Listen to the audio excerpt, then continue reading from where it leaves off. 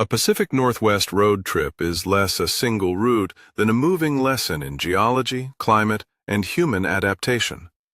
In 5 states, Washington, Oregon, Idaho, Montana, and Wyoming, the landscape shifts with startling speed. Salt air and sea stacks give way to temperate rainforests, then to volcanoes capped with glaciers, then to high desert, river canyons, and mountain ranges that seem to keep rising as you drive. It's a region where the ground itself is still under construction, pushed and folded by tectonic plates, scoured by ice age floods, and softened at the edges by rain that can feel constant and yet produces some of the most intricate ecosystems in North America. Start on the coast because the Pacific sets the tone. Along Washington's outer edge, the Olympic Peninsula holds one of the most distinctive combinations on the continent: wild shoreline, true temperate rainforest, and alpine peaks, sometimes all within a single day's travel. Olympic National Park is the anchor, and its beaches are not the gentle boardwalk kind. They're rugged, with driftwood piled like sculpture and offshore sea stacks that look like they were placed deliberately. Rialto Beach and Ruby Beach are famous for their scale and drama, but the quieter stretches, Kalaloch's wind-swept bluffs, the tide pools near Mora, reward patience and a tide chart. This is a coastline shaped by storms and by the Cascadia subduction zone offshore, where the Juan de Fuca Plate slides beneath North America. That boundary is responsible for the region's volcanoes and also for the risk of major earthquakes and tsunamis.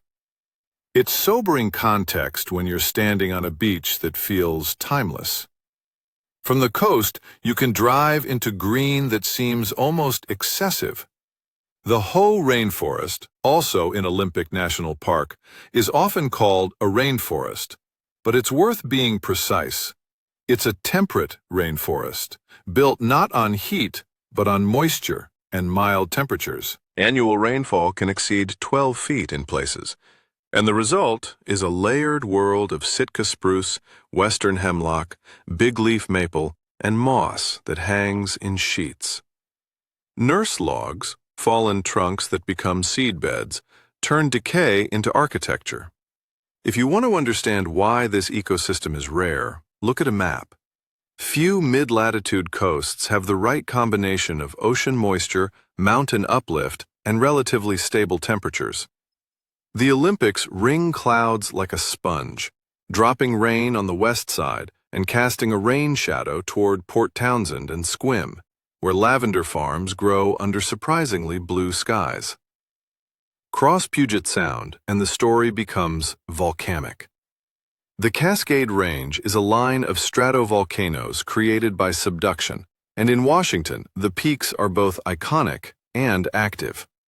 Mount Rainier rises to 14,411 feet, heavily glaciated, and so dominant that it seems to pull the horizon toward it. It's also a reminder that beauty and hazard share the same source. Rainier's glaciers feed rivers that support farms and cities, but the volcano's history includes lahars, fast-moving mud flows that have traveled far into the lowlands. At Mount Rainier National Park, Paradise offers classic meadows and summer wildflowers, while Sunrise gives a broader, high-elevation view. For a different kind of lesson, Mount St. Helens National Volcanic Monument shows how quickly a landscape can be rewritten. The 1980 eruption wasn't just an explosion. It was a lateral blast that flattened forests, sent ash across the country, and changed how volcanologists communicate risk. Today, the monument is a living laboratory. You can see standing snags of dead trees, new growth reclaiming pumice, and a crater that continues to evolve. Johnston Ridge Observatory has been intermittently affected by landslides and access issues in recent years, so it's wise to check road status and alternate viewpoints before you go. Oregon continues the Cascades with a different rhythm. More lava landscapes, more hot springs, and a coastline that feels both accessible and untamed. The Oregon coast is publicly owned up to the vegetation line, a rare legal tradition that keeps beaches open and walkable. Cannon Beach's Haystack Rock is the postcard, but the coast's character comes from its variety. The dunes near Florence, the basalt headlands around Cape Perpetua, the sea caves and blowholes that reveal themselves at low tide. Inland, the volcanoes change shape. Crater Lake, the deepest lake in the United States, fills the caldera left by the collapse of Mount Mazama about 7,700 years ago. The water's clarity and color are not marketing. They're the result of depth, limited inflow, and minimal sediment. Wizard Island, a cinder cone inside the caldera, is like a geological footnote you can hike. In Bend and the surrounding high desert, Newberry National Volcanic Monument and the lava tubes at Lava River Cave show volcanism in a more intimate way. Less towering peak, more molten terrain that cooled into tunnels and jagged fields.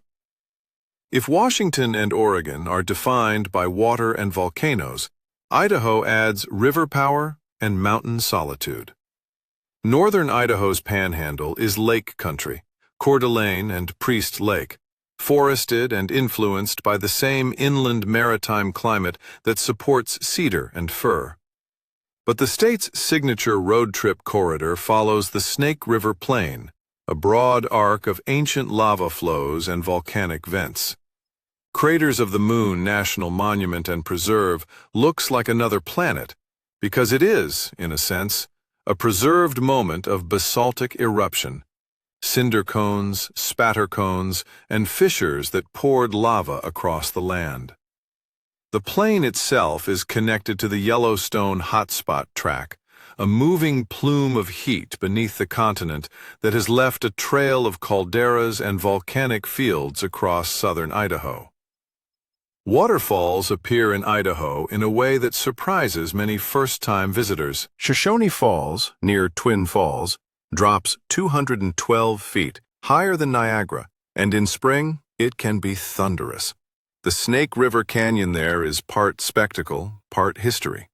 This is the landscape of irrigation projects that transformed arid land into agriculture, a story that includes engineering ambition and complex water politics. For a quieter kind of grandeur, the Sawtooth Mountains near Stanley offer alpine lakes, sharp granite ridges, and night skies that feel unusually crisp. The Sawtooth Scenic Byway is one of the most rewarding drives in the region, especially in late summer when wildfire smoke is minimal and mountain trails are clear. In Idaho and much of the inland Northwest, smoke has become a practical travel factor. Checking air quality and having flexible plans can make the difference between a hazy view and a memorable one. Montana shifts the narrative again toward big sky scale and glacially carved peaks. Glacier National Park is the headline, and it's also a place where the name carries a warning. The park's glaciers are shrinking, and the landscape is changing in real time. Yet the geology remains astonishing. The Lewis overthrust pushed ancient rock layers over younger ones, creating a cross-section of deep time visible in cliff faces. Going to the Sun Road is the famous traverse, climbing to Logan Pass and threading through a terrain of hanging valleys, waterfalls, and sharp ridgelines. The road's engineering is part of the story. It was completed in 1932 and remains one of the most dramatic mountain drives in North America. Summer access requires planning. Vehicle reservations are often in place, and early starts avoid both crowds and afternoon thunderstorms. Beyond glacier, Montana's river culture is a defining feature. The state's trout streams, the Madison, Gallatin, and Yellowstone rivers, helped shape modern fly fishing, but they also raise questions about conservation and pressure on ecosystems as visitation grows. Wyoming, though not always included in casual definitions of the Pacific Northwest, belongs naturally in a road trip that follows the region's volcanic spine and mountain frontiers. Yellowstone National Park is not just a park, it's a volcanic system on a continental scale. The geysers and hot springs are surface expressions of a vast magma chamber and a complex hydrothermal network. Old Faithful is reliable, but the greater experience is variety. The rainbow bacterial mats of Grand Prismatic Spring, the bubbling mud pots at Fountain Paint Pot, the terraces at Mammoth Hot Springs built from travertine rather than volcanic rock. The park's wildlife, bison, elk, wolves, bears, adds another layer, and it comes with responsibility. Keeping distance isn't only for safety. It reduces stress on animals and prevents the habituation that can lead to conflict. South of Yellowstone, Grand Teton National Park rises abruptly, a jagged wall above the valley of Jackson Hole. The Tetons are relatively young mountains in geological terms, lifted along faults, and their sharp relief makes them feel almost theatrical at sunrise. The string of glacial lakes, Jenny, Lee, Jackson, reflects peaks that seem close enough to touch. Across all 5 states, the waterfalls, peaks, and coastlines are not isolated attractions. They're connected by the forces that built the region. The Columbia River, for example, is both a boundary and a corridor. It cuts through the Cascades at the Columbia River Gorge, where waterfalls like Multnomah Falls drop from basalt cliffs formed by ancient lava flows. The gorge is also a human crossroads.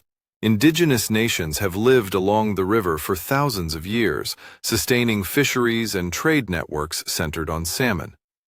Celilo Falls, once one of the most important fishing sites in North America, was submerged in 1957 by the Dalles Dam, an event that still shapes cultural memory and legal struggles over fishing rights. To travel well here is to notice these layers, not only scenery, but the ways people have depended on, altered, and fought to protect these places.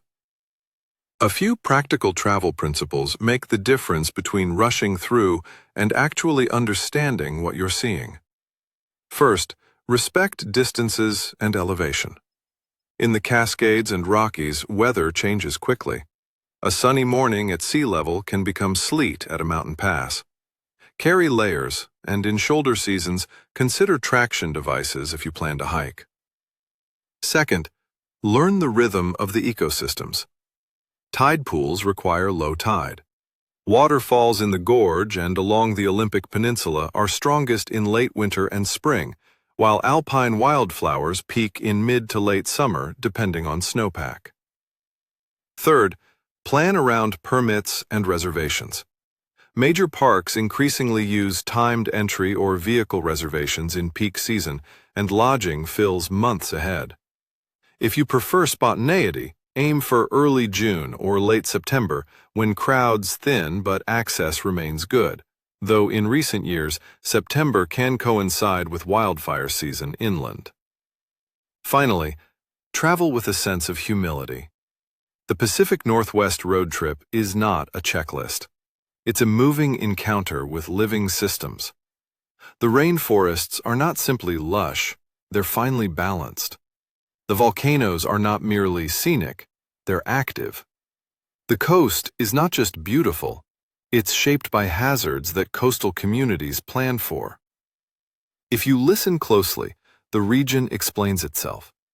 In the hush of moss under spruce, in the roar of a river cutting basalt, in the sulfur scent of a geyser basin, and in the long, glaciated silhouettes of peaks that remind you how much of North America's recent history is written in ice, fire, and water.